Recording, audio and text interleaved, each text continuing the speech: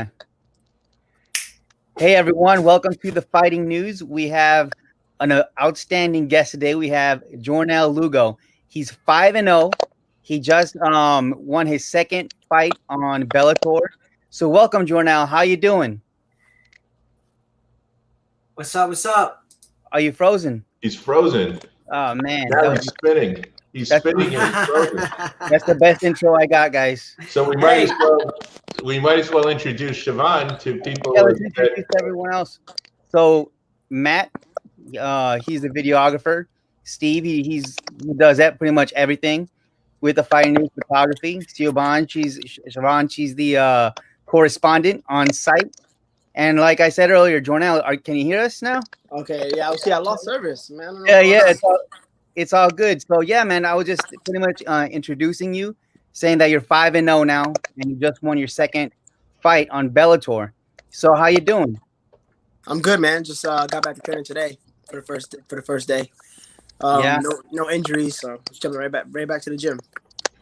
Okay, that's great, man. I remember interviewing. Well, I've known you for quite some time, man. Even back when you were an amateur, and even interviewed you before your first fight on Bellator.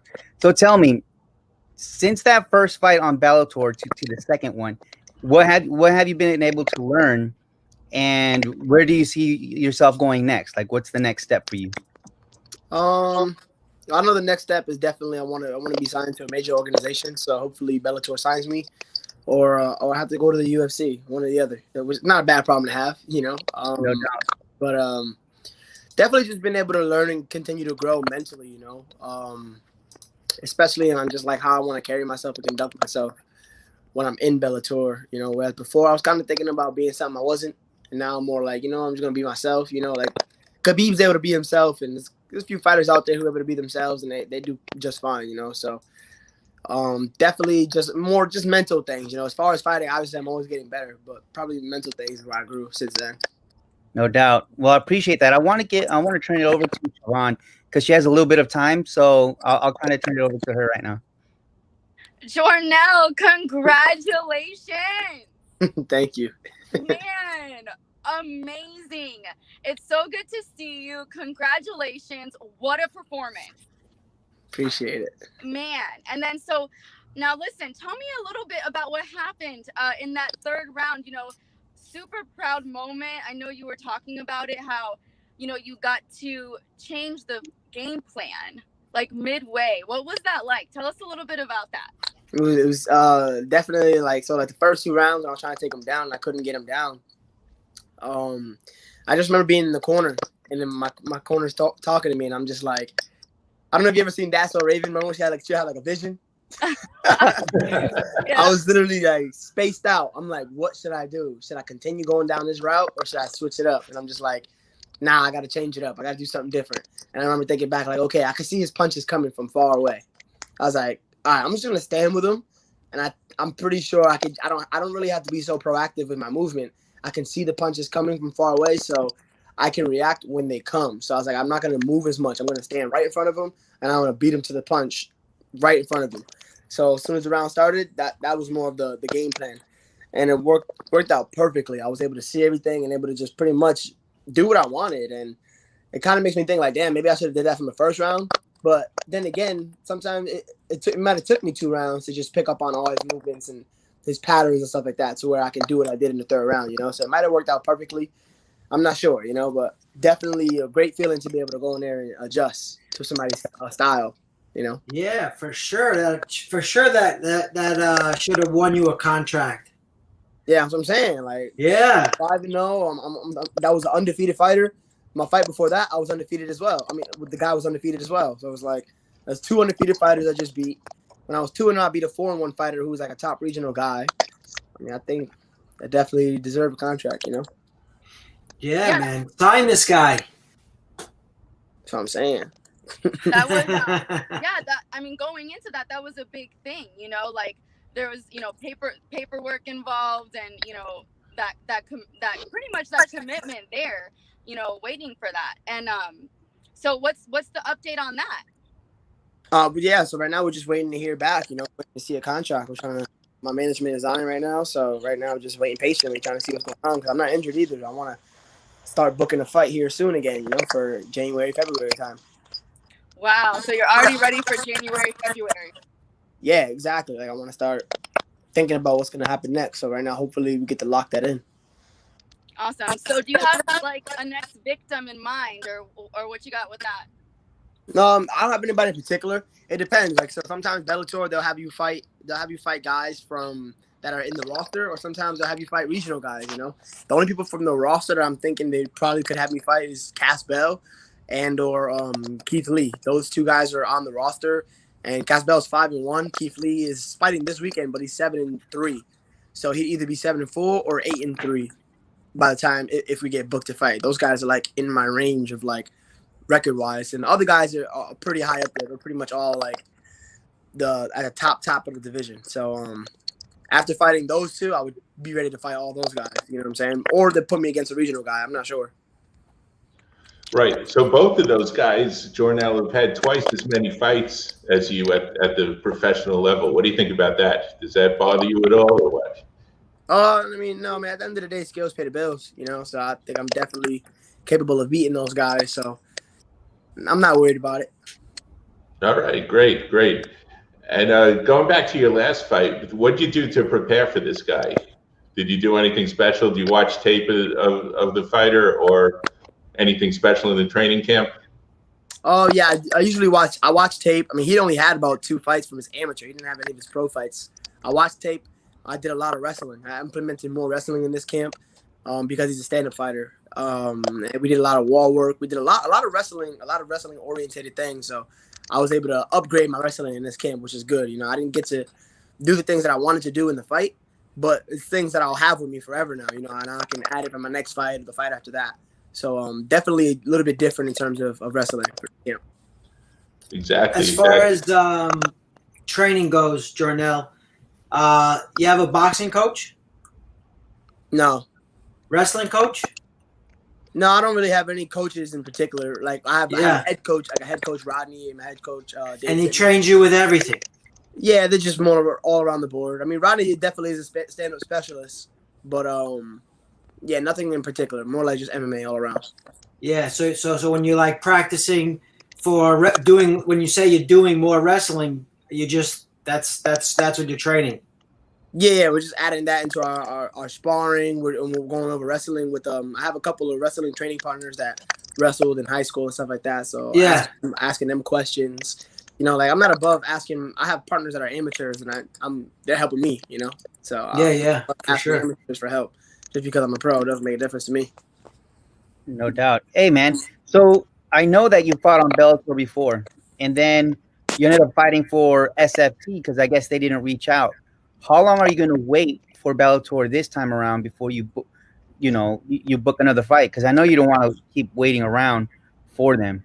Yeah, no. I try to fight on Contender Series. I try to get on Contender Series. I'm not sure. As long as it's only thing is obviously it's a finance thing too. These smaller promotions, they can't offer much money, to be honest. Like, not saying I'm worth $1 million, but like I got a family and stuff like that. So that's the only thing about it. I would prefer to fight on Bellator or the UFC because they're able to pay a little better. No doubt. I'm sure it's a balance, man, because I know you still want to continue growing your record, but at the same time, you need to be able to pay the bills. Exactly. Yeah. Yeah, So and big props. Thanks, Matt. Big props. I saw John McCarthy was like the fight that I was really impressed with. Yeah.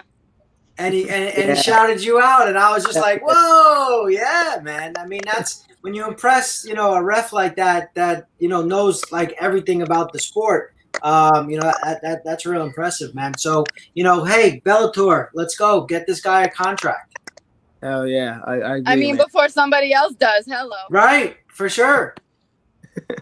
Hello. Right. What does it take when you want to apply for the Contender Series? What do they ask you for? What's the application process like? I mean, they usually have guys up there that are 4-0, 4-1. I mean, they have all types of records to be up there. Honestly, I'm 5-0. I'm definitely qualified to be up there already. We just know when you go up there, you got to just fight balls to the wall. You got to go out there swinging. Right, but I mean, in terms of getting on the show, what do you need to do to get on the show? I'm not sure. I think you Yeah. probably just have to know somebody that that's connected that can get you on it. You know. Yeah. Well, they look at everyone in that weight range that they're looking to do a show for, and they got their scouts, you know. Yeah, exactly. The Ultimate Fighter is also holding a tournament for 135ers. That's true.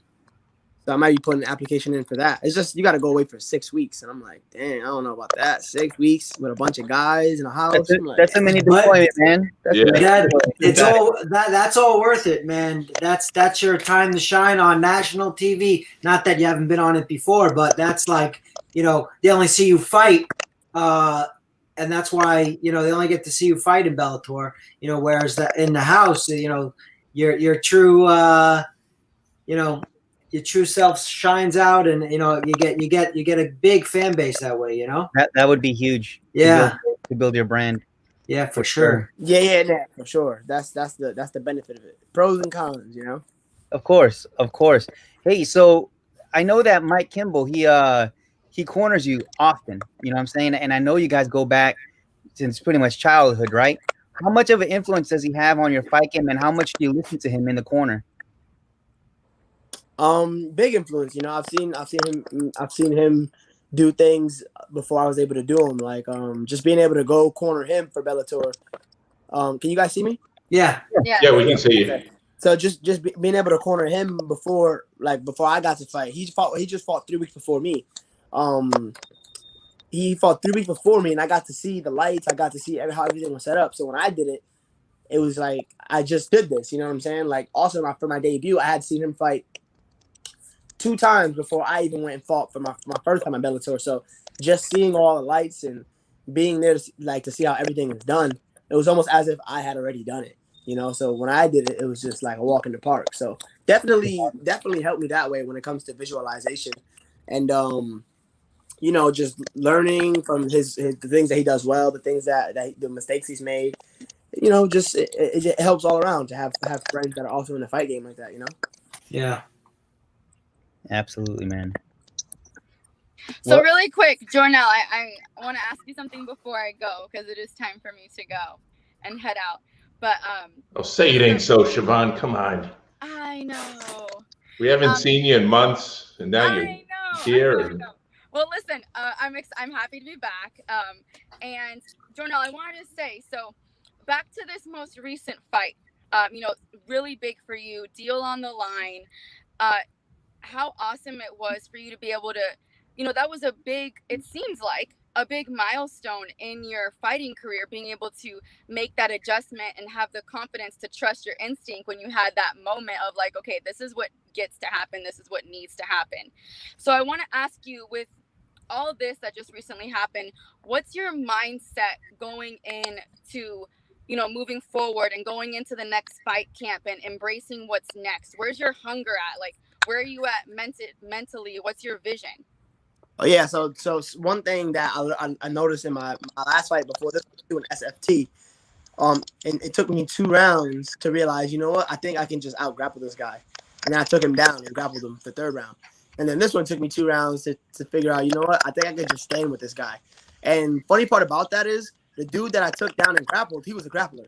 The guy that I decided to stand up with was a stand-up guy. So it seems like instead of trying to go to the place where they don't want to be, where there's the most resistance, I seem to be having my most success fighting them where they want to fight, because they're not trying to resist it in a way. So I feel like going further in the future, I'm not going to go out there and try to fight a game plan that's opposed to what the guy wants to do. I'm just going to do my thing, and wherever there's least resistance, I'm going to go, regardless of if it's a stand-up fighter or a grappler. So if he's a grappler and I see a takedown, I'm going to take the takedown. If he's a stand-up fighter and I don't see a takedown, I'm not going to take him down. I'm just going to stand, you know? So I'm going to try to make those adjustments sooner, so that way I don't have to be, like, stuck to one thing. Like, oh, take him down. Like, obviously it's not working. Just leave it alone. And if it's available, go for it. If not, leave it alone, you know? And I think that should help me in the future as far as making adjustments. I'll be able to do it faster, you know? Yeah, for sure. Awesome. So letting it flow. Yeah, I mean, and that what I've been doing is good. If I'm having a 5-round fight, that's perfect. You know, because I make the adjustment in the third, and then I beat him up in the fourth and fifth. But if it's not a 5-round fight, then it's like I want to be making these adjustments sooner, so that way I can be more dominant sooner. You know what I'm saying? Mm-hmm. Like, And yeah, go ahead. yeah, sorry. And it's clear to see, you know, that you are such a well-rounded fighter. You know, whether it's stand-up, whether it's grappling, and I know that you're excited for people to see you do more grappling. You mentioned that, you know, post-fight recently over on Bellator. But, you know, just congratulations again. You know, we all celebrate with you here at the Fighting News. Look Thank you. forward to all that's to come. You know, it's been a crazy year with COVID and all that, but I'm happy to be back. It's always great to see you. And for more of the Fighting News, make sure to like and subscribe. There you go. You haven't lost a step, Siobhan. That was awesome. You guys are awesome. Jornel A1, congratulations to you and your family. Keep being great. Gerardo, Steve, Matt, y'all are the best. I'll see you next time. All right. Deuces. Good night. Good night. Yo, Jornel, I want to ask you real quick. How could people pick up your A1 shirt from? I have a link on my Instagram. I'm gonna put it back up here within the next, like probably tomorrow. It's a link from Teespring, and you can go up there. I have hoodies, I got shirts, I got face masks. I have shirts in person too, like the original high quality shirts that I have in person too. But it's easiest on the website Teespring. Follow Jornel on Instagram at AUNOLUGO. It's right down there on the bottom. Buy one of his shirts. Jornel, how'd you get the nick? I know I asked you last time, but for the people watching today, how'd you get this awesome nickname A1?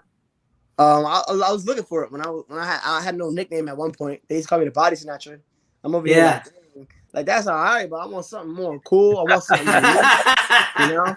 I need something that nobody got, something that I can just claim for myself. So I'm over here just looking, and I remember thinking like I feel like a fighter that's like I feel like an immaculate fighter. I could fight everywhere.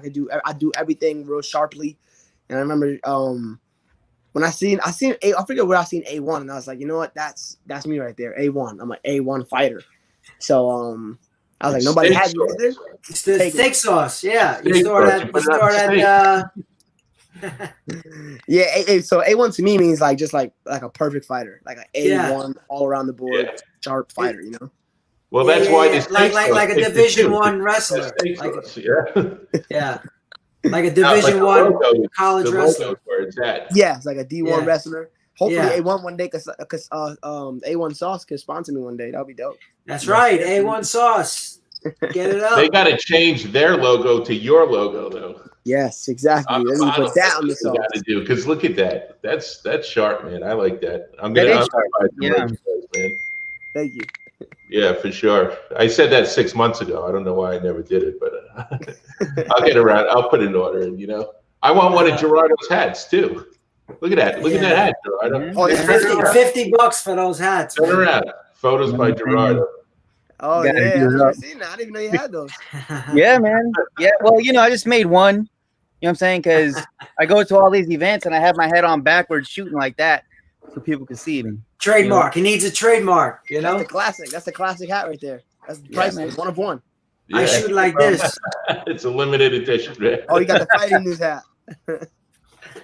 Yeah, buddy. Yeah, but there's 1,000 of those, man. Yo, but since your last show too, since your show on Bellator, the first one, you have a new kid. So how is that coming along? How's the expansion of the family coming along? I think I had her before that though. You think so? I don't remember. Who's getting beeps? I had because she was born September. She was born September 27th. Well, 2019, I think. So it was a month before my first Bellator fight. Yeah, okay. She was already born. Yeah, well, you know better than me, bro. Yeah. She was. Well, how's it coming along anyway? How's everything coming along? How's it coming along with the baby and the expansion of the family and training and all that? How's that been going with you? It's going good. Yeah, I mean, like, cause now I get to train full time, so I'm not working, so I get to hang out with the family, you know. Oh, really? Okay. Yeah, I'm training full time now, so I have way more time to spend with my family, and I'm watching footage. Honestly, this is a dream come true to me to be able to train full time. To be honest, man, because that 9 to 5 life, going straight from work, I used to go from like 7 in the morning till 5, 6 in the afternoon, go straight to the gym at night, and then I was gone all day. I mean, it was worth. I mean, I had to do it. I had to get it done. I had to pay the bills, but now it's a great thing that skills get to pay the bills. You know? Yeah. That's fantastic. That's fantastic. Good for you, brother. I Right. remember Yeah, those man. posts you used to put on Instagram, like slaving away. It's true. I haven't seen Oh those in man. quite a while. I had just noticed. Exactly. Yo, God is good, man. Because this is a dream come true for me, man. Hey, I'm happy Eh, for you, brother. That's awesome. You're training at Combat Club. Yes, Combat Club. Yep. So how's Combat Club doing since they had a shutdown and because of COVID and no gyms were allowed to train. Nah, They're they're doing well. They Combat Club is booming as far as like in the West Palm Beach area, yeah, Santana area. Like their classes are full. The kickboxing class is full. full swing. There's The, nothing that yeah. the kickboxing class does really well. I'm not sure about the jujitsu. I think they had a change in the jujitsu program, but that Yeah. one still seems to be doing well as well. And the kids class is always very big. Combat Club does well, And Yeah. MMA class, obviously, I've run the MMA class, and there's always guys there for us to work with. And we just started doing a night class, a night MMA class. And that one's booming now, like 8:30 at night. I'm on Tuesdays and Thursdays. That one's booming. Are you scared at all about COVID when you train and working out with all these people? Not at all. Nah, man, I think COVID is cap. I don't believe it. Yeah. I don't believe in COVID. I mean, obviously, if you pop dirty for COVID, you can't fight. So that's not good. But Yeah. as far as like actually catching it and being sick, no, I'm not worried about that at all. Honestly. Yeah. So no masks. You when you're walking around, nothing. Me, nah, man. I don't even wear. If I could, I wouldn't even wear a mask to go inside supermarkets or anything. To be honest. Mm-mm. But you don't know anyone who's caught it? Oh no, I know tons of people who caught it. Yeah. No one who's actually been who actually got really badly sick or anything. No. Yeah. So I saw it the other night, last Saturday night up in Orlando. There were a bunch of guys from Combat Club. Was that your outfit in West Palm, or are there other combat clubs that went all the way up to Orlando to watch the Undisputed Promotions boxing event? Yes. Yeah. No. That was our shirts. That was the Combat Club shirts. I mean, that Yeah. was Rodney had a guy with it that boxes. So him and a bunch of other guys went with the Combat Club shirts on and everything like that. Yeah, that was our location. Yeah. Okay. Yeah, and I think Rashad Evans was up there too. Rashad, Tyrone Spung, a lot of guys. It must have been a big deal. There were. I saw there were some women there also. There was a whole table full. Yeah, I didn't really recognize anyone though. Yeah. Me either. This was a surprise event to me. I didn't know anything about this, to be honest. Yeah, I thought I recognized one or two guys, but then nah, it wasn't. But there were a lot of Combat Club people there. Do you know who the boxer was from Combat?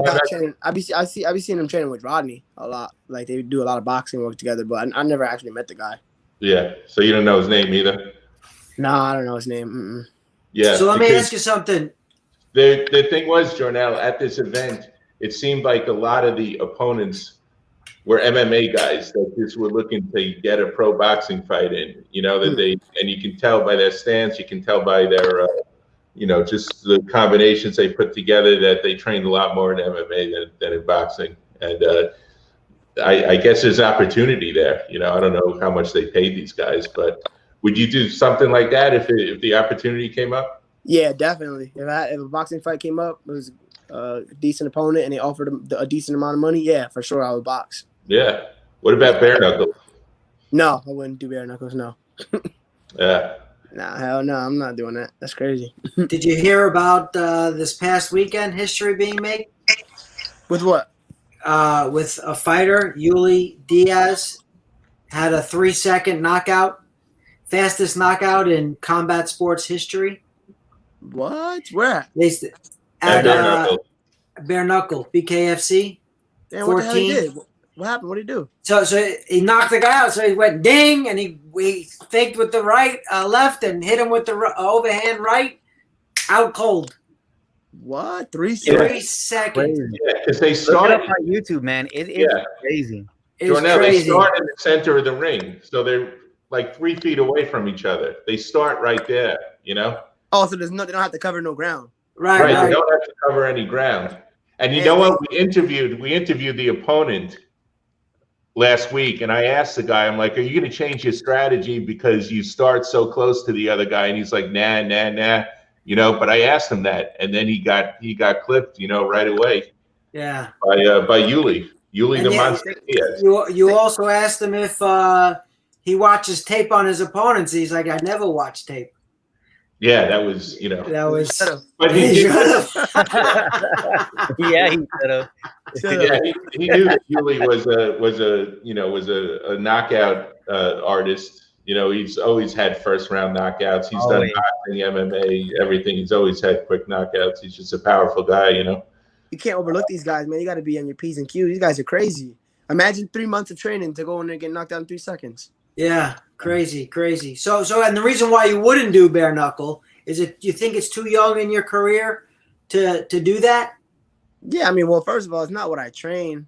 I mean, that's not even boxing. You know, that's Yeah. a whole different. And then on top of that, you can get bad cuts, and then if I get a bad cut, now I can't fight and do the sport that I'm supposed to be doing because I'm over here messing around doing bare knuckle. You know, like even if you win, how does that help? You could probably hurt your knuckles. It's like cockfighting to me. I think it's crazy. Yeah. Yeah, I wouldn't want to do that either. I don't know. It's wow. But it's growing. It's the fastest growing thing, you know. They're offering big is, money. man. That's probably that's what it is, you know. Yeah, well, if you're a star, like, you know, they offered Paige Van Zandt a, you know, multi-million-dollar contract or whatever it was. You know, and some of the bigger stars are getting paid a lot of money, $500,000 a fight or whatever. So they are paying, and you know, they have their app. Their app is what, $4.99 a month. So they got a lot of subscribers. What did they say? It was like the 11th or something fastest growing app. It's was ranked number 17 sports app, most downloaded sports app, number 17 in the world. Yeah. Well, for $500,000 a fight, then you know we can talk. That's crazy. Then we can talk. Yeah. Sign me up. Lee. You There know. you go. We got Michael Maldonado, Puerto Rican superstar. Say Jornel, the best 135 in Florida. I agree. That's right. Soon the world. What's up, Michael? Yeah, dude. I think if you get a shot at the Ultimate Fighter, man, I think you got to go on that. I think you do great. You know. Yeah. I mean, definitely. I believe in my abilities. I know I would win. Yeah, it's just so outside of what I guess I envisioned for myself to be doing. You know, it's just like I guess I didn't think about that at all. So it's like, damn, this is not part of the plan. But if they wanted me to go, I would do it. You know. Yeah, for sure. Yeah. And then even if you don't win, you'll still get a lot of fans because a lot of people watch that. Yeah. Yeah, for sure. Yeah, man. Yeah. How has your popularity grown since fighting in Bellator? Like, do you notice it? Do you notice it on your Instagram? Do you notice it on you know? I got more followers. Nothing crazy though. I've gotten probably like all together for fighting from probably like 150, 200 followers probably from fighting on Bellator both the times. So it's nice though. It's definitely nice, but nothing crazy so far. Yeah, nothing crazy. Guys, follow right down there. Anyone watching? Everyone watching? Gotta watch this guy. He's gonna be a superstar. That's No what's doubt. up. Yep. So, Jornel, you're having a dinner party. We mentioned Rashad Evans before and Tyrone Spong. You know, wow. Who would you invite at your party? You can invite anyone. Any like what, famous fighters or something? Yeah, famous people. Famous fighters. Who do you love in the MMA world? I like John Jones and I like Israel Adesanya. Oh yeah, that'd be a cool party. They fighting. Although they might fight at the party, you know. Yeah, you better put away all your valuables if you have John Jones at your house, man. Damn. Yeah. Yeah, fat was both of those two, but they can't both come. They hate each other. That's funny. Yeah, that's funny. And what about a third person? Dead or alive? Dead or alive? Yeah. Hey, boxers too or no? Yeah. Anybody you want? Yeah, man. Floyd, of course. Floyd. That's my favorite. Floyd Mayweather. We're actually going. We're We're actually actually going to him. Daytona. We're going to see him this weekend, Daytona. Yeah, he has he's promoting a fight up there. Yeah. For some of his fighters. So we're gonna go and shoot that fight. Yes, sir. Yeah, so here's the deal. Mayweather has a team of fighters. You know, some of them train in his gym out in Vegas. Some of them are in other places. It's called the Money Team. So fighters from the Money Team are fighting in this event in Daytona. These guys are going to shoot, take pictures and all that. So they'll be there, and Floyd is usually a guest at these events. Like he usually just shows up. Is this? What's that? What day is this? Friday night. Friday, yeah. Okay, Friday coming up. All right, I'm going up in Daytona. There for the on the 29th. There's a kickboxing show. I don't know if you guys know what I'm talking about. This yeah. Yeah, I just heard about it. Let me see. Kickboxing. Where's that? It's in Daytona. It's like a Muay Thai show. I got a lot of training partners that are gonna be fighting on that. Really? Yeah. So I'm gonna probably go up there to go watch that. What promoter's doing that? I'm not sure. I think Gary's gonna look it up right now. Yeah. I got a lot of. They don't know me as Gary. They know me as Gerardo. But Cyan Fights. It's Nicole Constanza. She's gonna be fighting up there. Oh, okay. Yep. So it's gonna be November 29th at the News Journal Center. Yep. At 1 o'clock. Yeah. They're fighting on there. Lexi's fighting on there. I have another boy named Fernando that's fighting on that. Jersey might be fighting up there too if they can get him a fight. So it's already like 6 people that I know that are fighting on that. Wow.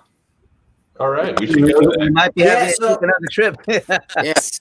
So Jornel, so we got another fight coming up. Mike Tyson versus Roy Jones Jr. in an exhibition fight. No holds barred. Who you taking in that? Oh, damn, man, it's an old. Gotta bet my money. Yeah, the smart money. Where's your smart money going? I think Roy Jones gonna take that. Really? Roy Jones has been more active. Yeah, he had for sure. I agree with you 110%, Jornel. He's been maybe fighting. 120%. I want to see Mike win though. I want to see him win. If Mike can get it done, he'll get it done within like the first one, maybe two. If he can't get it done within the first 1 or 2, I just don't see how he's gonna have the juice to be going. He's old. How's he gonna? At least Roy Jones old too, but Roy Jones been fighting. I think he can muster up 6 rounds. You know what I mean? How many? Oh, so they're going 6 rounds? No, it's 8 rounds. 8 rounds. But I think Roy Jones could probably go a strong 6. Right. I don't know how long Mike's been smoking. He's got that marijuana ranch.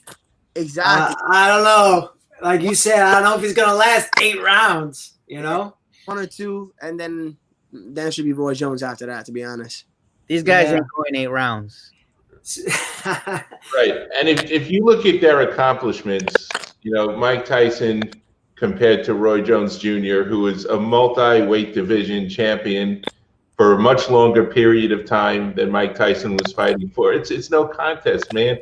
Roy Jones Jr. had his last fight maybe 5 or 6 years ago. Tyson hasn't fought in 15 years. What's the age difference? Wasn't he fighting on the what's that island fights in North Florida? Who? Roy Jones.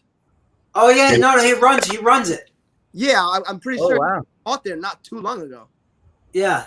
Oh, did he? I don't know. He fought like 2 years ago. Yeah, he's been active. So Okay. Yeah. Plus, when I interviewed him up 10 years ago, I asked him, who would you like to fight if you were an MMA fighter? And he said, Anderson Silva. Who would you like to fight, Jornel, in another sport? like in boxing. Yeah. My weight class, at 135, they got some dogs. They got Tank Davis, Devin Haney, Teofimo Lopez, Ryan Garcia. Wow. Do you know Teofimo? Huh? You know Teofimo? I mean, I don't know him personally, but I know he's like one of the best boxers at that weight Yeah, class. yeah. Well, we've been following him since he's an amateur. Oh, yeah, man. He's in Florida, yeah. That guy's good, man. So that weight class is full of dogs. You know, You'd like to fight him. I got to be focused on the sport. I'm not going over there to try to take a loss. What the hell? Yeah. I don't want to lose to anybody. I'm not going to be going over there. I'm not focused on the sport and get fucking beat up by one of these top guys. I don't know. For sure. So you're like an MMA guy. You're like you love it. You live, I like boxing, but for me to box, I definitely would have to focus on boxing. Give me like a year or two, focus, give me a couple fights, and then I'll take one of these top guys, you know. But definitely just jumping right in, nah, I'm not doing that. So the guy we mentioned that did the 3-second knockout at bare knuckle fighting championships. So he did MMA for Titan, right? And he was a boxer and got a belt in boxing, and then he tried bare knuckle. So he's like, all fight sports. He's doing everything. But how is he doing in boxing and MMA? So he had a lot of first round knockouts in boxing. MMA, he was 2-0.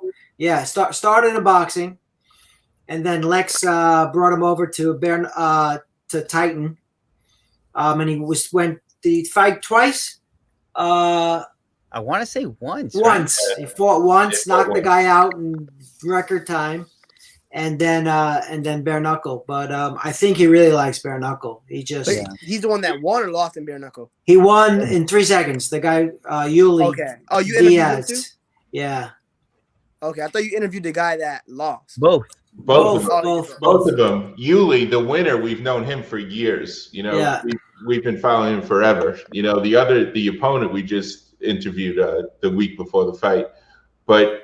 That 3-second knockout is the fastest knockout in bare knuckle history, which goes back to the 1700s, and it's also the fastest in any combat sport. Yep. Damn. Did he get a bonus for that or something? Or he's gonna be in the Guinness Book of World Records. He probably getting hella interviews and all kind of stuff. Like he's probably gonna get promotions and. Yep. Yeah, bro. Yeah, he's all over the place. You forgot to mention he also did a little stint in the WWE. He was on a guest on WWE, so he did some wrestling there. His girlfriend is someone from the WWE. What's her name? Dana Brooke. Yeah. Mike from the Fighting News says that it's only 2-minute rounds for the Roy Jones fight. Oh, okay, so it could go 8 rounds. So he's saying it might favor Mike. It favors Mike if he has the stamina to keep throwing punches. Yeah. Well, I mean, just when you listen to Mike talk right now, his voice is all like the voice of someone who's been smoking a lot of pot. Yeah, well, he's grows it. It's his business now. The Tyson Ranch. It's medicinal. It's medicinal. It's medicinal. Yeah. He's medicinalizing every day, man. Hey. You're right. Yeah, that just don't look past him. He's still Mike Tyson. He's still Mike Tyson. But 2-minute rounds, like Mike was saying, Roy Jones trying to stay away from him. I didn't know it was 2-minute rounds. 2-minute rounds, yeah, 8 2-minute rounds. Oh, okay, yeah, that's better. That's better for him. But if he fights at that pace though, that 2-minute pace is crazy. Yeah, that's what the bare knuckle does. They do 2-minute rounds also. At 2-minute pace. Yeah, I remember I used to fight kickboxing when I was amateur, and that pace used to have me tired. Yeah. So 2-minute pace, if you fight at that pace, that's crazy. You're gonna be tired, So Still, it just depends how much if he goes balls to the wall or not. If he goes balls to the wall, he got 2 rounds. I don't see Mike doing anything other than balls to the wall. Yeah, if he does that, he got about 2 rounds. He's all about power, man. He's it. He's gonna step into him if he can catch him. Yeah, if he can land a punch, it's gonna be exciting to see for sure. We got to get who was that last guy that Tyson fought? Peter McNeely. We got to get that guy on the phone. See what his prediction is. Yeah. Hey, that'll be a cool interview. Everyone's like, Peter who? Yeah, the guy that knocked out Tyson. Yeah. No one remembers him. We're getting comments about marijuana, and the Fighting News is not against marijuana at all. Yeah, Ryan. How you doing, Ryan? A little joint never hurt no one. So if you watch his podcast, he does that. What's it called? Whatever Tyson's podcast is called. He'll smoke 3 joints during the course of that show, and that's his show. So if he's lighting up like that during his show, what is he doing before and after, and for breakfast and lunch? Come on now. Yeah, he's definitely smoking a lot of weed. I mean, when you train for this event, I don't know if he's stopped or anything, but I'm sure a little, I see him in the gym training. He's wow. When he hit, you saw him hit the guy, right? Like I see him hit the pads on mitts and yeah, but not sparring. He's looking good. Yeah, hot box. There it is. Thanks, Ryan. Yeah, Mike Tyson's hot box. Hot box. You know, it was great, Jornel. Did you ever see Mike Tyson's cartoon that he had for a little while? I've seen. I think I've seen like little parts of it. I never watched the show, but I've seen like, little pieces of it. It's hilarious. It's hilarious. Steve, you've seen it, right? It used to be. Yeah, that adult. Was it on Adult Swim or one of those ridiculous channels? But it was funny, man. We should show a clip of that. See if you get a clip of, and it doesn't matter what clip, because the whole thing was hysterical. Any one of them. Hey, well, I need to get my daughter to bed, so I gotta check out. Hey, Jornel, good to see you, man. Going. Nice seeing you too, man. I gotta go meet up with some friends right now. So. All right. Good night, Gerardo. All right. Good night, Gerardo. Guys. All right, bud. See ya. All right, Jornel. Any last words? Just follow me on Instagram at A1 Lugo. Follow me on Twitter at A1 Lugo. I don't really use Twitter, but one day I might start. So just follow me on those. Thank you guys for having me. I appreciate it, and then hopefully next time I'm coming up here, it'll be from another victory. So yeah, that's right. That's what's up. Bellator, sign this guy before someone else does. Yes, pleasure. Thank you guys. Have a good night, John. Later. Yep. So that's a wrap, Matt. I mean, wow. Just talking about Tyson, like I can't fathom that I'm going to see Mike Tyson fight again. I'm just like, what? I think, if he comes out, with the ripped towel over his head and no socks, and just to see him enter the ring, man, that's going to be thrilling enough. But the thing is that he really wants to kill Roy Jones. He's really talking about killing Roy Jones Jr. He's talking about losing it in the ring, just going insane and doing the most damage that he can, because that's all he knows. And when you hear him talk about it, it's kind of, he means it, because he's Mike Tyson. He's always done that. Do you have, you want to get Ryan on the show? Ryan Perez, you have his phone number? I don't have Ryan's phone number. I have send him on Instagram. Does he want to come on? Ryan, you got some words? Yeah, we want to talk some Gotti. Some BKFC. Ryan. Yeah, follow up. See what's going on with Jared. Hold on. Yeah, get him on the DM on Instagram. But in the meantime, man, I got to show this. We got to show this. Hold on a second. And this isn't going to be too high tech here, but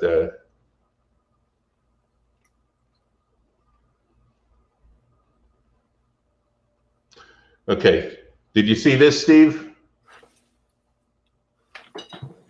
Okay, Carolina Dewar calling out Paige Van Zandt Yeah, I for saw it. bare knuckle. Okay, that would be a fight and a half. That would be a fight and a half for sure.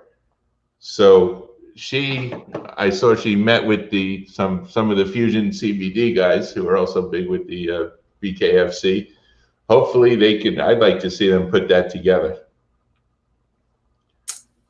Instead of feeding Paige an easy opponent because she's marketable, get her someone tough in the rings.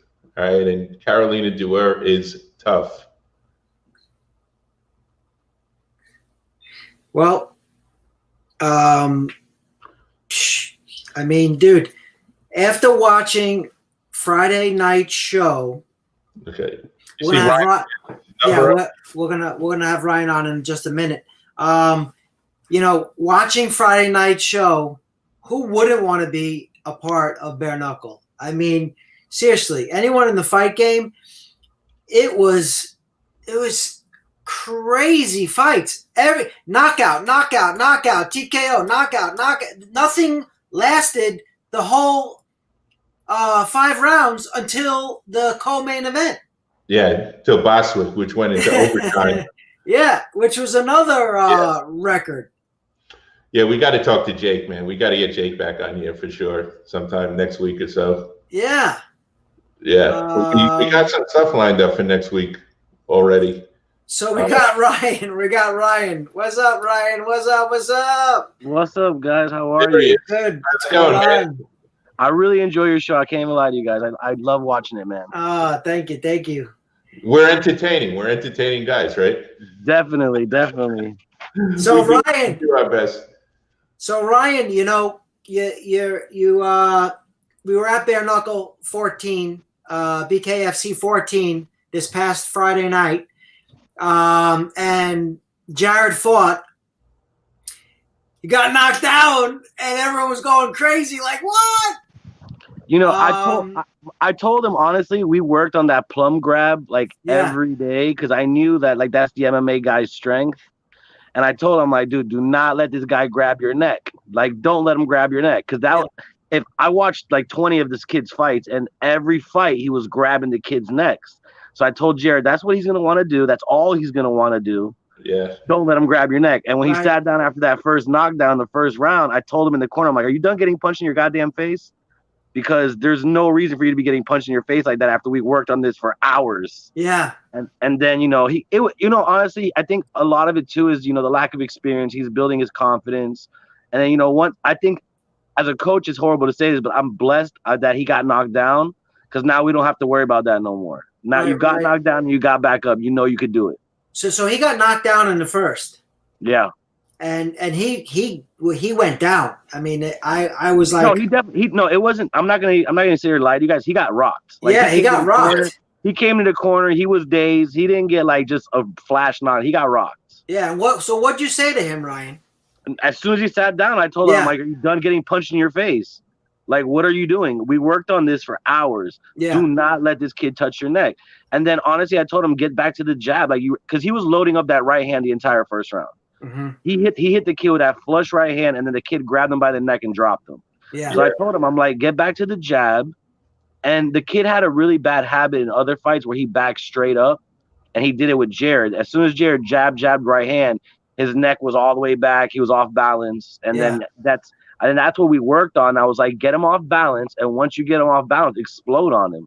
And that's what we did. And once he got him off balance and exploded on him, the fight was done.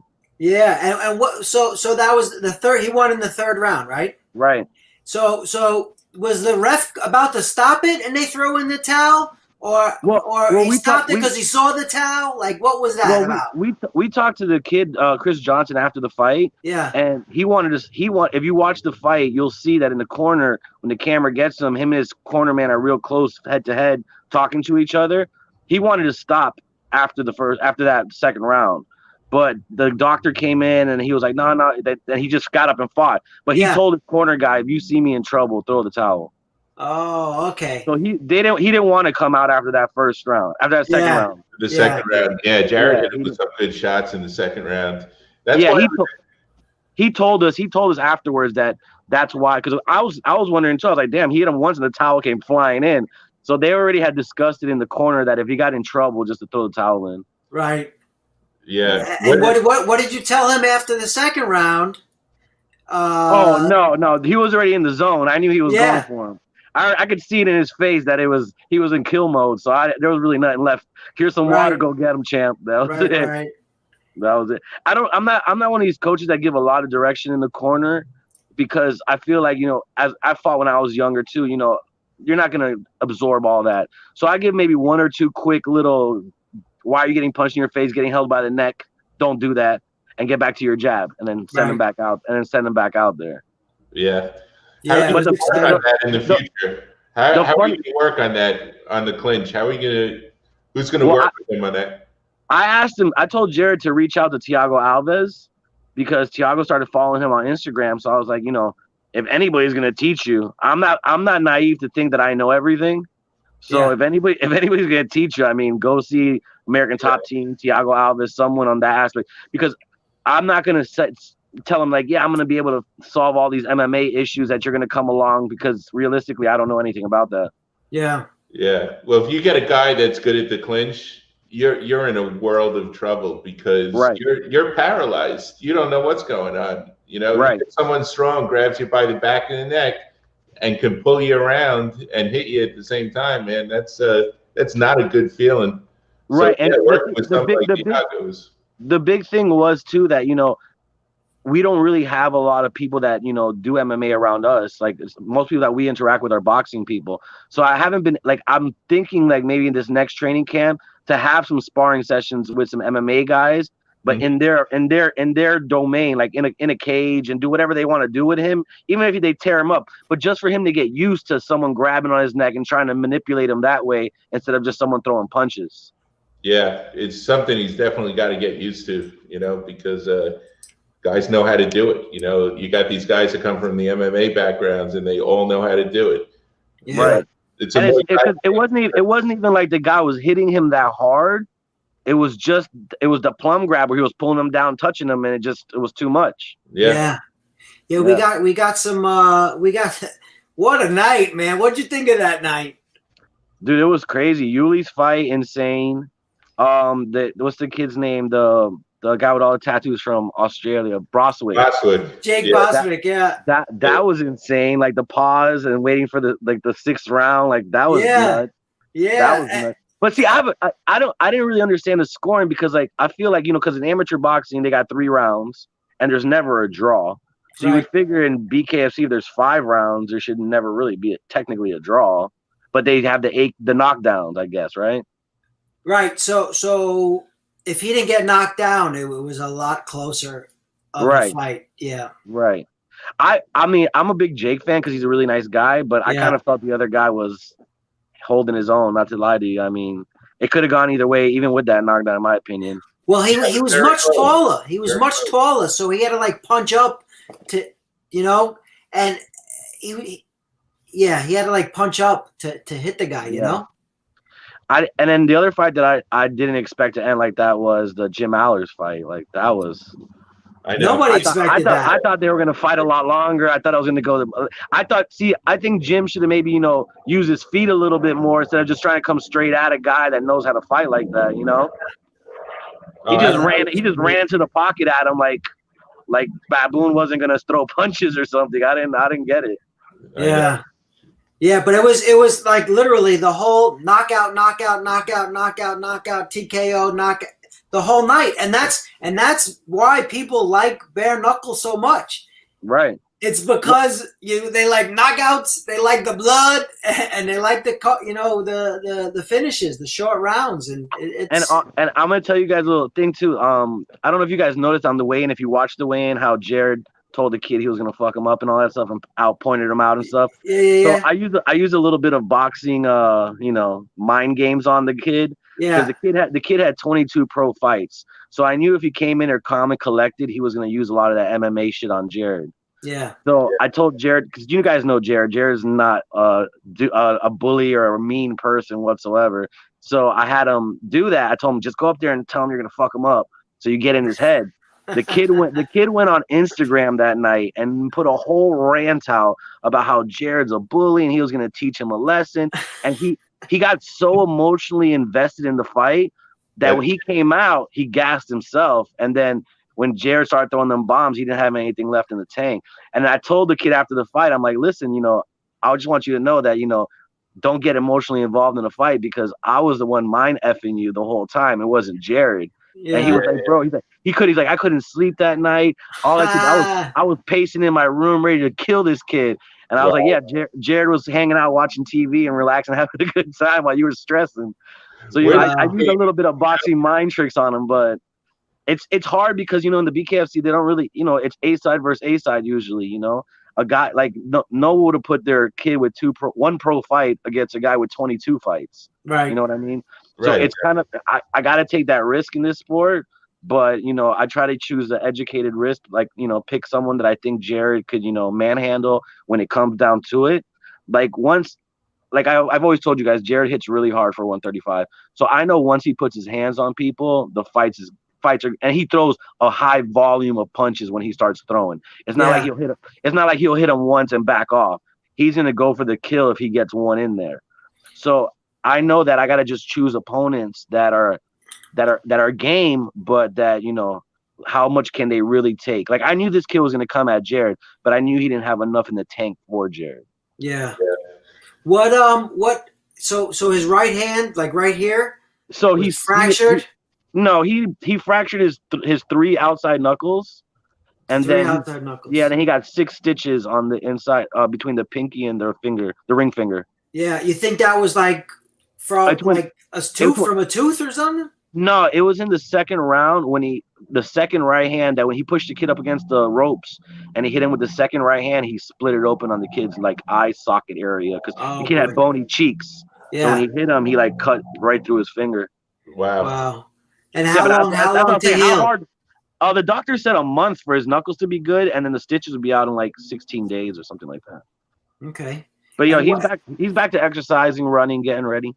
And what do they the doctor, they cover all the doctors are there, they stitch them up. What did he get paid for that kind of fight? He got paid $3,500 and 30% of his ticket sales. Okay, so and then I heard that the tickets were really expensive. What happened? I didn't understand. I heard the tickets were really expensive. Yeah, the cheapest ones were $100. $100 ticket, and then they had VIP tables for like $250, and then $500. Right. And we sold about 46 tickets. Okay. He did all right. I mean, considering honestly, to right now at this point for him, the money is not really the factor. The factor is building him up as a fighter and people getting to know who he is, and the exposure alone that BKFC provides for him is more than monetary money. You know what I mean? Because like I actually had a coach that I've known for a long time in the boxing world who came up to me after Jared's fight and was kind of like, I feel he offended me by telling me what he said, saying that if I really cared about Jared, I wouldn't have him in bare knuckle. But that's not true, because if I cared about Jared, I would want the best opportunities that they present for him. You know what I mean? And I get that it's a dangerous sport, and I get that he could get really hurt. I get all that. But if I were to put him in boxing, you guys are huge boxing dudes. You guys both know that he'll eventually get to a point where he's going to get B-sided against somebody that's a Xander Zayas, a Bobby Henry, Bryce Henry, Aaron Aponte, one of these great kids. And then where's his boxing career after that? Yeah. What's left? What's he going to be then? Then he's just going to be a B-side on a bunch of bum cards. And that's not, and if I cared about him, I'm going to try to find him the best opportunity possible. The kid has 100,000 views, over 100,000 views on his first 2 fights. Yeah. And like so if let's just say you put him into boxing, right? Mm-hmm. We go to the amateur shows, we go to Carter Park, we go to Palm Beach Boxing, we go to Orlando for amateur events, and we're watching superstars of America, future superstars. Right. But they need to box. They need to have good. They need, like, all the stars need to align for them. Correct. He's on a stage where it's, millions of people are gonna watch him fight. It's like from his first fight. No, and that's the thing too. Yeah. Like, if he was a professional boxer, his first fight would be at some ballroom in the middle of nowhere at some bullshit show.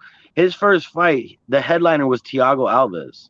Yeah. His professional debut was on a card with Thiago Alves on the main card, not on the prelims. Right. On the main card was his first professional fight. His second professional fight is on the main card with Baboon and Allers and Yuli the Monster and Paige Van Zandt there, and all these people are there. Where else would he have got an opportunity like that?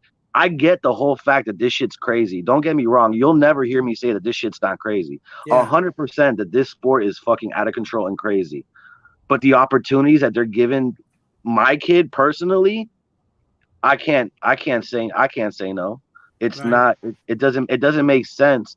It doesn't make sense to not take these opportunities. Even in boxing, like say he goes into a boxing match, dudes die in boxing all the goddamn time.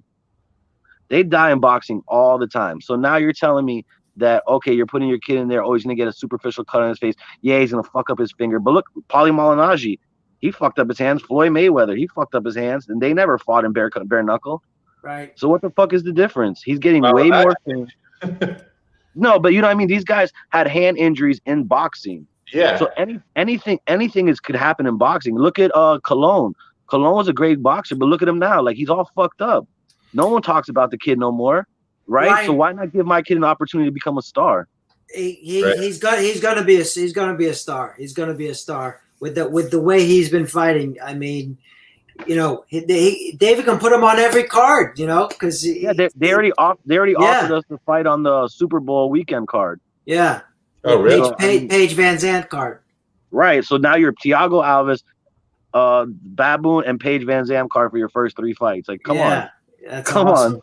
Yeah, that's and he's gonna be on he's not gonna be a prelim because he hasn't been a prelim yet. So he's gonna get the exposure that they're getting. Right. And injury wise, I don't know. I think you got to wait and see which sport ends up being more dangerous in the long run. And honestly, we didn't give because I didn't give him enough time to fully recover from his first hand injury from the first fight. He was off for like a month and a half. We didn't spar for this fight. We didn't do any of that stuff. We just literally trained, conditioned, light mitts, nothing crazy, to make sure the hands were good. So it's because the opportunity, he was going to fight in Miami. The people that were on the card, I knew it was going to be a sold out event. I knew he was going to get a whole lot of exposure. So I told him, I'm like, in life, you got to take the risk sometimes. And that was one of the risks. You're going to have to beat him with a nub if you have to, but you need this exposure. You need this opportunity. And then now, Dave told me, like, look, be patient with him. Let his hand get better. There's no rush. We want him 100% on the cards. So, I mean, now I can pace it, and now I can let him get better, and I can let him recover correctly instead of just rushing from one to the next to the next to the next. Yeah, so you just mentioned a boxer, Paulie Malignaggi. Mm-hmm. So last time Paulie fought in bare knuckle, he fought Artem Lobov. Mm-hmm. And both his hands were broken. He had ice around both of his hands. He was in so much pain. And just after the fight, bare knuckle, he tweeted out that he wants Louis more Baboon. He wants Baboon. I was like, are you kidding me? No, the better fight for Louis is the El Tornado, Tyler. Yeah. That's what I want to see. Because see, a lot of people, when I got into the sport, I started watching the BK boxing stuff from Europe, just to start to get a better understanding of like what it is and how bad people were getting messed up. And Tyler was a stud. Like, out of all the people I watched over there, Tyler's one of the studs out there. So people are looking past him like, who's this guy and this and that. You better do your research before you get in there with Tyler. I would take Paulie as a safer fight over Tyler, to be honest with you, at this point in Paulie's career and age. Paulie's a saver. Paulie's not going to brawl. Paulie's not going to throw big punches. None of that's going to happen. This guy Tyler has had his face beat into pudding over there in England or wherever he's from, into pudding, and I still watched fought. A few of his fights too. And dude, they do 7 rounds. He'll his like strategy is he'll take a punch to get a punch, and it's like you're taking a punch He's fearless. Yeah, fearless. That kid's fearless. I even reached out to him. I was like, dude, if you're in Florida, you're definitely part of the Slaughterhouse gang. You're more than welcome to come hang out with me. Because he's a savage. Like he's like Jared. Him and Jared have that same mentality that they don't give a shit. They're just gonna go in there and go to war. And I really think that would be an exciting fight. And I really do think that would be a more challenging fight for Baboon than Paulie. Yeah. Paulie's obviously a huge name, but excitement wise, that guy, the guy El Tornado, he's ridiculous. Yeah, he wants the name. He wants the big names. He made it to say, I want the big names. I want a big fight. So yeah, but you guys know that Dave doesn't care about big names. Dave likes exciting fights. Yeah. So he's probably gonna make the more exciting fight, and I think the more exciting fight is definitely that dude El Tornado, because like I said, he's not gonna back up. He's gonna fight him. Yeah, and he's gonna get dropped and get up. Or since he hasn't fought on BKFC yet, right? You know, give him a. He has that dude has a huge following already, though. Yeah, from overseas, like he's a huge thing over there in his area. So because they take that BKFC just as important as boxing over there in Europe. So he's a big deal. Well, it started there. It started in England, you know. Yeah, he's a big deal. So I know that it was. I mean, granted, if Jared won a world championship, I wouldn't want some asshole jumping in the ring and stealing his sunshine either. Yeah. But for him to say, "Who the hell is this guy? This guy's a nobody," I was like, "You better find out who he is before you get in that ring." And you think he could take Baboon? I think he's younger than Baboon. He has the Jared advantage, the age, and he doesn't have. I mean, he's a professional fighter. He has boxing matches. He has a bunch of experience. He's no slouch. Yeah. So, I mean, the thing with Jim and Baboon was I had faith in Jim that he was going to do more than what he did. But, you know, Jim's also an old dude. You know, Jim got his first few knockouts here in BKFC. He was more of a submission dude. Yeah. So, you know, it was the strength and physical aspect of it was more leaning towards Baboon. But with this guy, this guy from El Tornado, dude, he's young. He's hungry, and he's fucking fearless. Doesn't give a shit about getting beat up. So, you know, that's a tough fight. Where we know Paulie broke his hand that second round when he threw that right hand and hit Lombard, or whatever this guy's name was, broke his hand and never threw the right hand for the rest of the fight. Right. It was like practically behind his back. Right. Jared broke his knuckles and kept throwing the nub at the guy the whole time. And that's what this guy, Tyler, definitely will throw his hands and not be afraid if his hand's broken, because he's shown it before with all the fights he has. Dude, I think he has like 15 BKFC fights over there. Yeah. He has a lot of fights. It's not like he's done it like 2 or 3 times. Yeah, I watched a bunch of them. Yeah. And the difference is, like, those dudes are like real professional boxers over there. Like, they're both skilled. It's not like one's like throwing like crappy punches. Like, they're both getting beat up every single round. It's insane. Yeah. Yeah, man, definitely. Like, I wouldn't put Jared in that. That's for sure. Yeah, hell no. And they do 7 rounds. That's insane. Yeah, 7 rounds. Are they 2-minute rounds over there or what? 2 minutes? I think they're more than that. I'm not sure. I think they're longer though. I think they're 3-minute rounds. I'm not sure though, but I think they're 3-minute rounds. Yeah. It's because over there it's like more boxing. It's not like here where they can do the plum tie and the holding and punching in the hold. It's a boxing match without gloves. So it's all boxing rules, just no gloves. Who do you think they're gonna give to Paige Van Zandt for her debut? I saw that same post you shared. I think that I don't know. I think that girl might beat the dust off of Paige.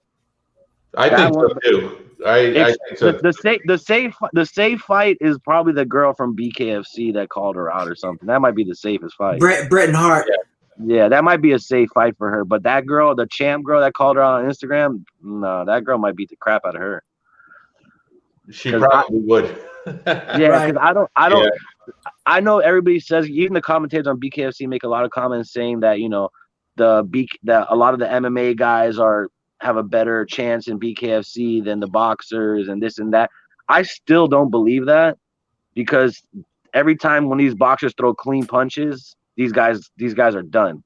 The MMA guys can't handle those boxing punches. Yeah. So unless it's like a clinch where like how Jared got dropped and you really put the guy to sleep, I don't really see any of these BKFC guys really being a huge threat to a true genuine boxer. Yeah, well, she's Carolina Duer is her name. She's from Argentina. She's 42 years old. She was a champion, a couple of 5, 6 years ago. Um, but she's been down here for a while. I've seen her spar, and I think she would give Paige more than a run for her money. Uh, Right.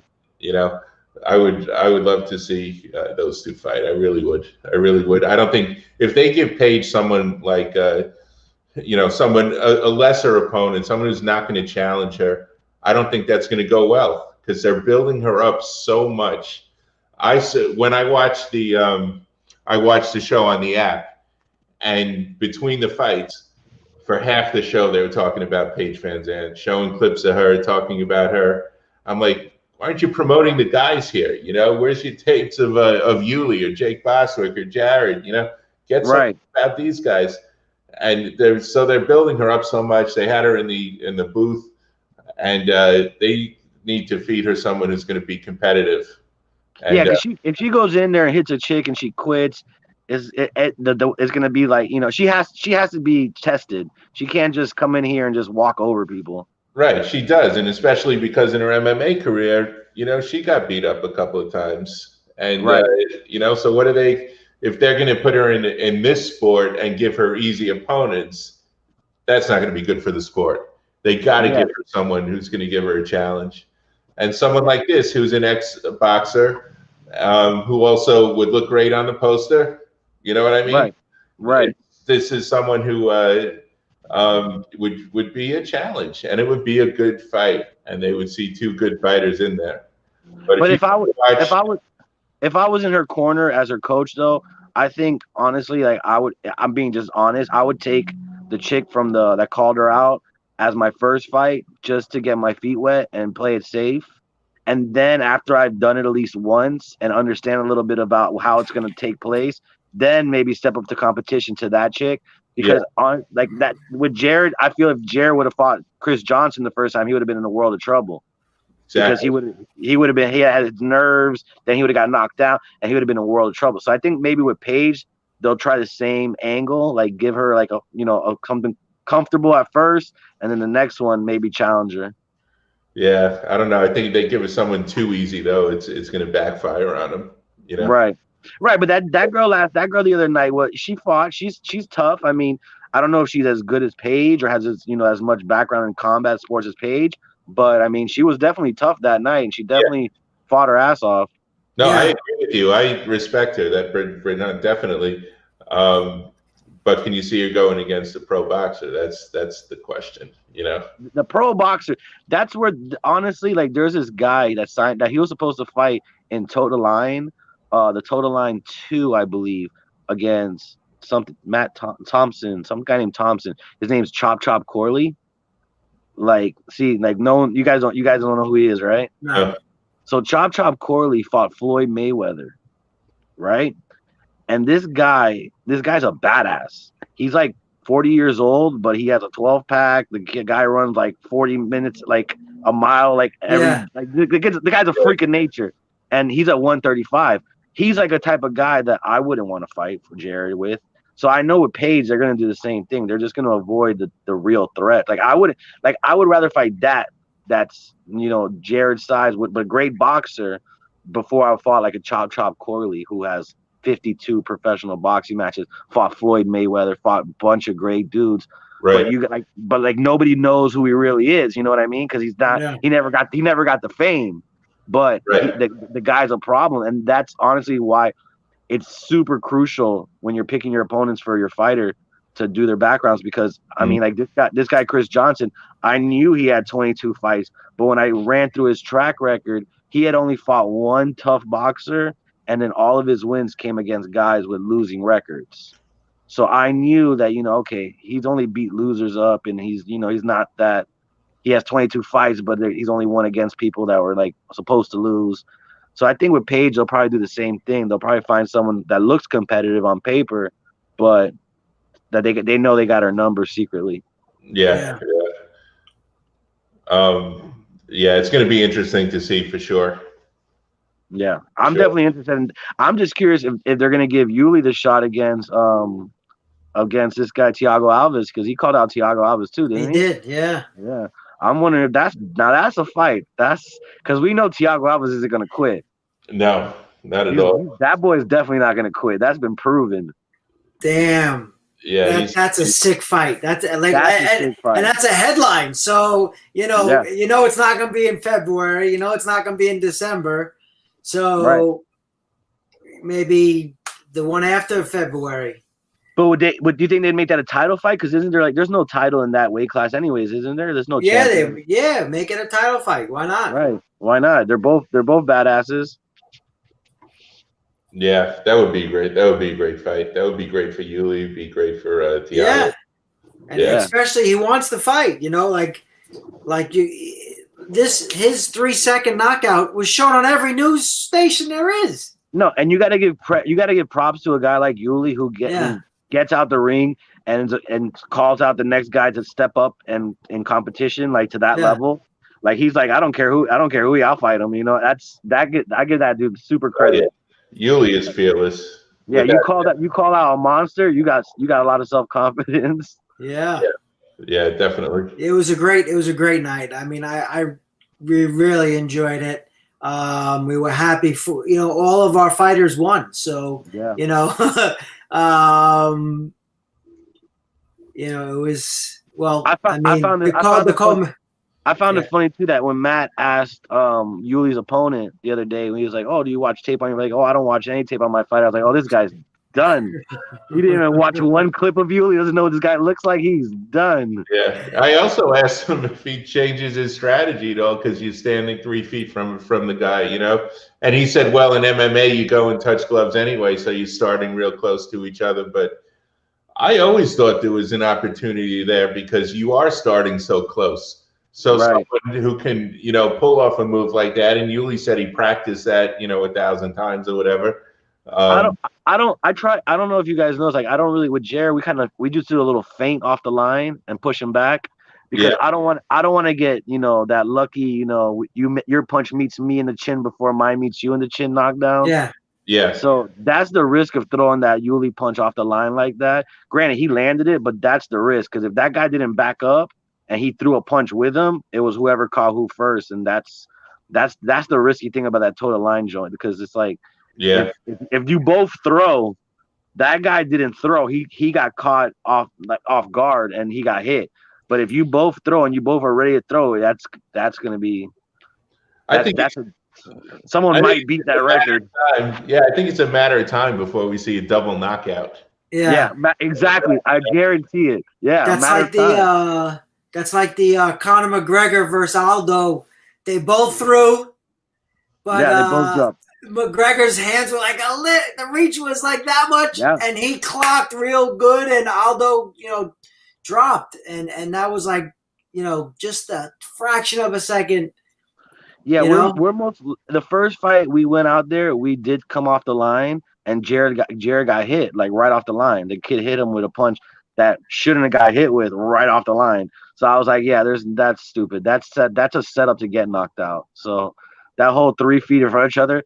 That's just a setup for someone to get knocked out. So we're just using that little 3 is a little feint and set the pace and come forward, but not to exchange off that line because that's definitely set up by BKFC for someone to get laid out. So absolutely. But it was funny because the first time we did it, I did think, I was like, all right, we're going to come off the line. We're going to do this. We're going to do that. And I tried to use it to the advantage of us. And then when I saw him get hit with some dumb shit right off the line, I was like, no, we're not doing that ever again. Yeah, exactly.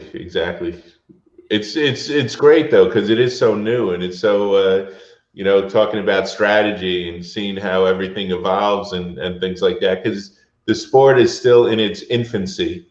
And it's going to be interesting to see, how fighters develop and how strategies change. And they already have changed because you don't see as many hand injuries as you used to. In the first 7 or 8 of it, everyone was breaking their hands. Yeah. Right. So they learned how to turn their punches a little, turn their fists a little, so they're not breaking their hands as much.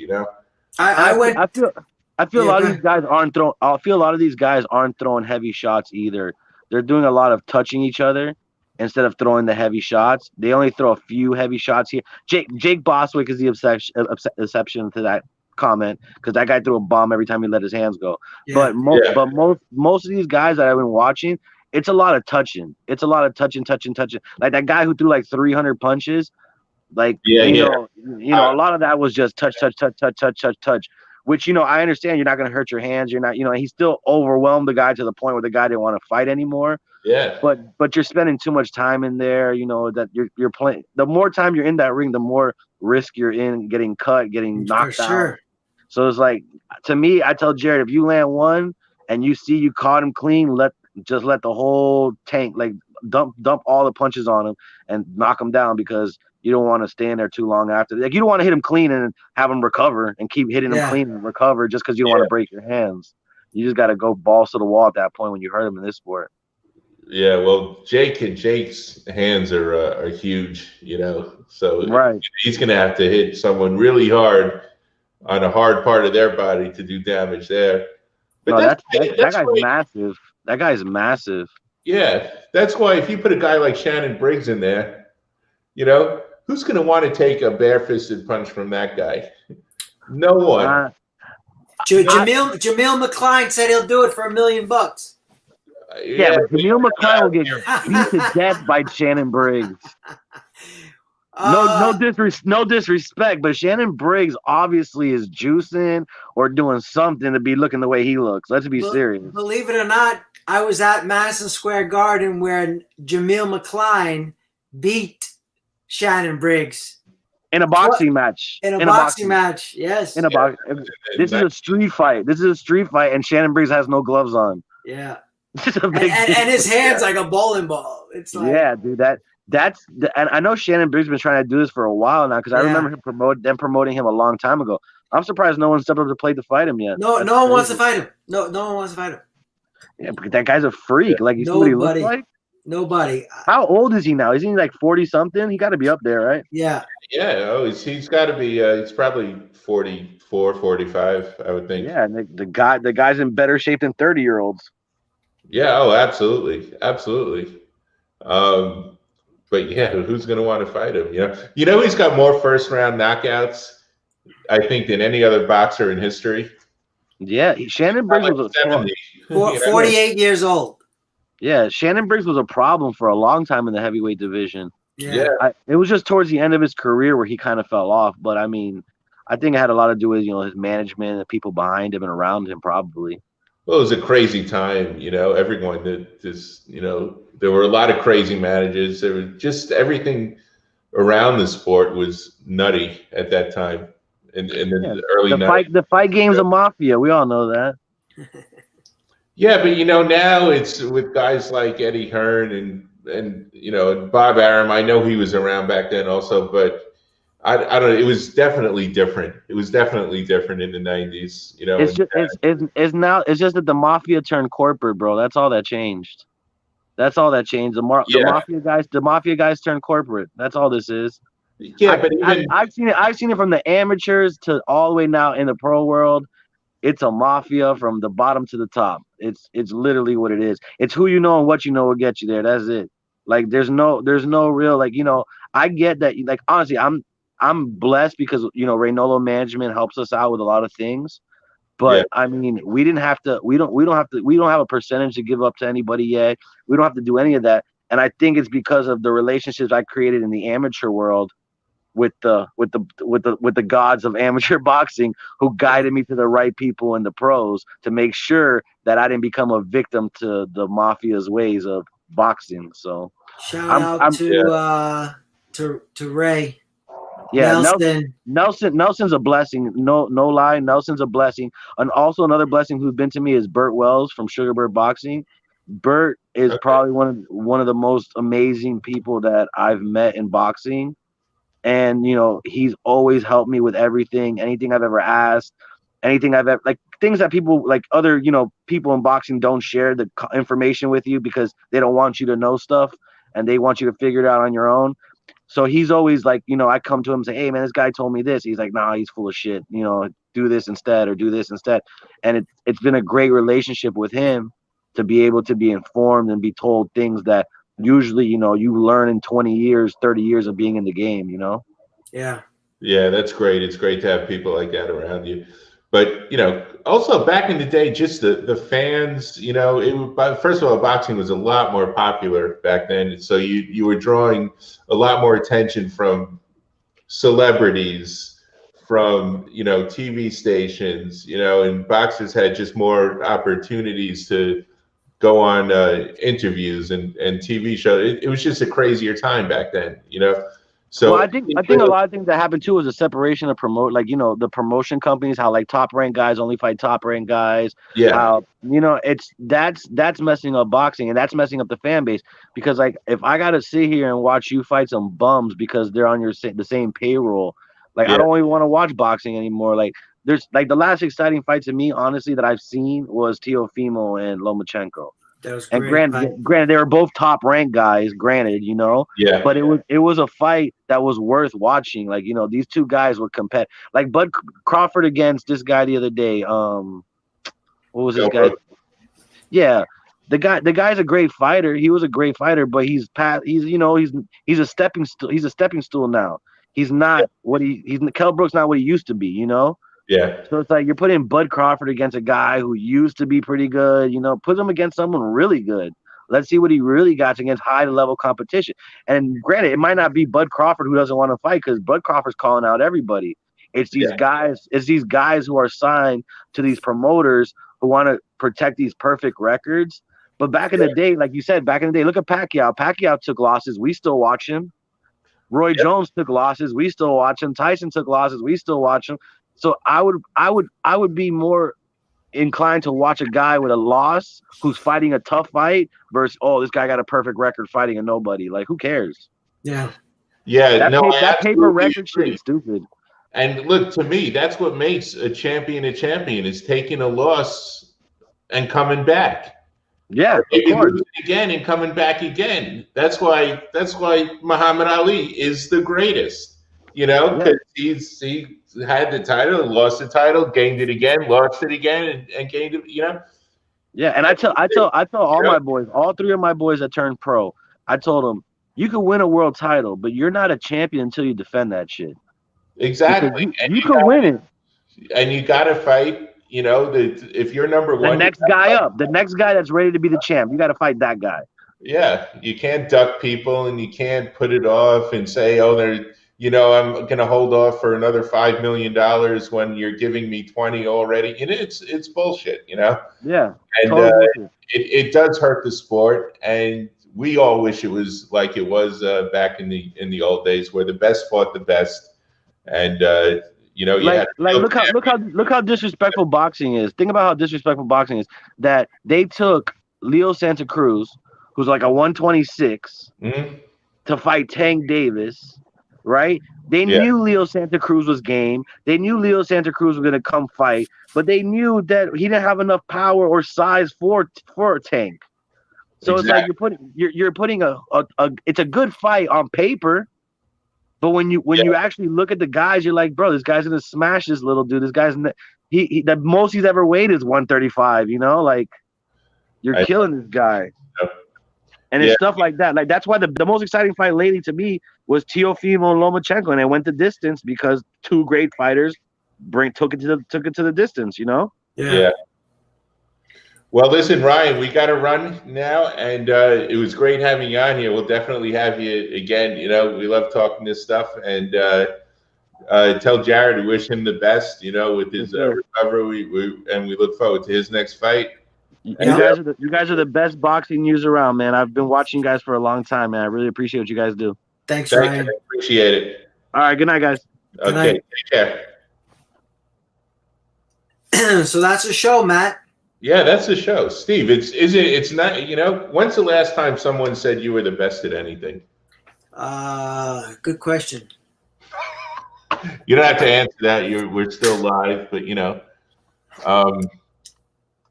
yeah, man. So, what do we got going on this week?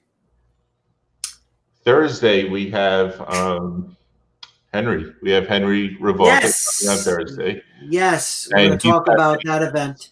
All right, bringing stuff back to South Florida is what I think. I don't know, but I'm just guessing here.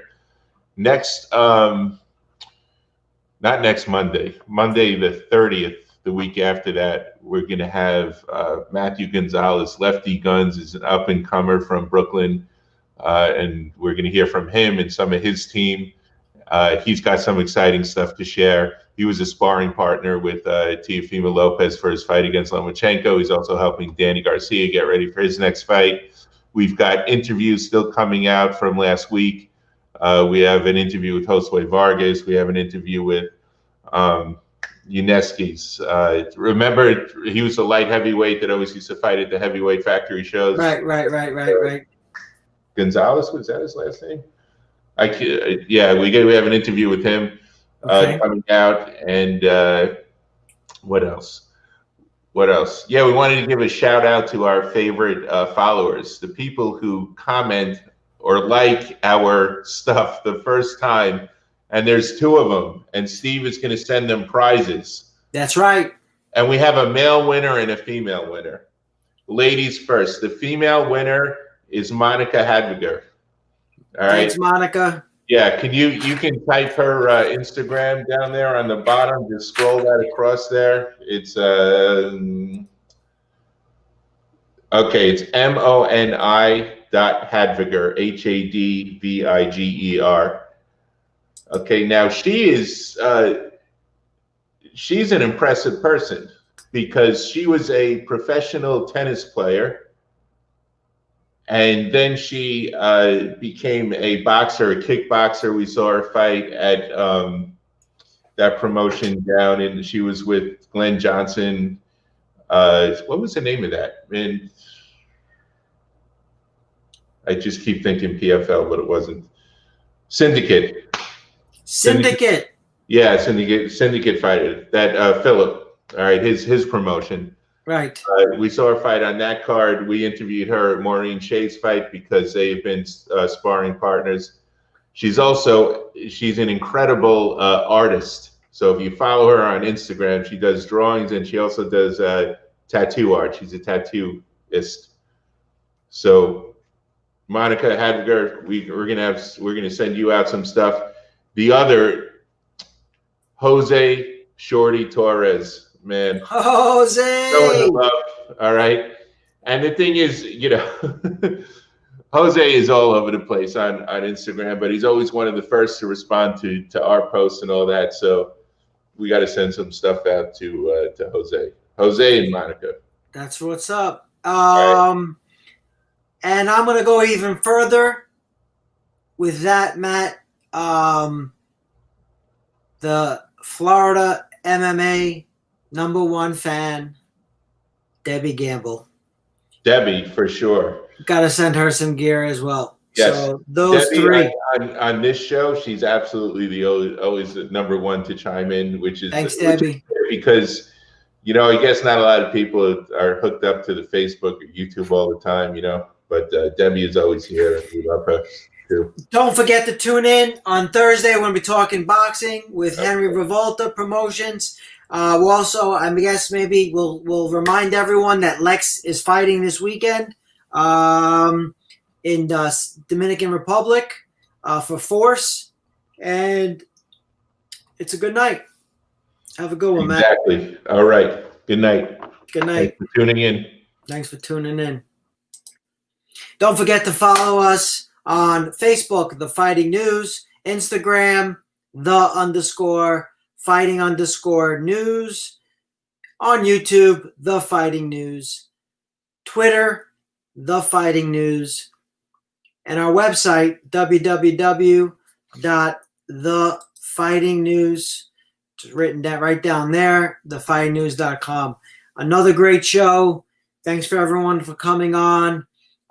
Thanks for Ryan Perez for chiming in and coming in talking bare knuckle.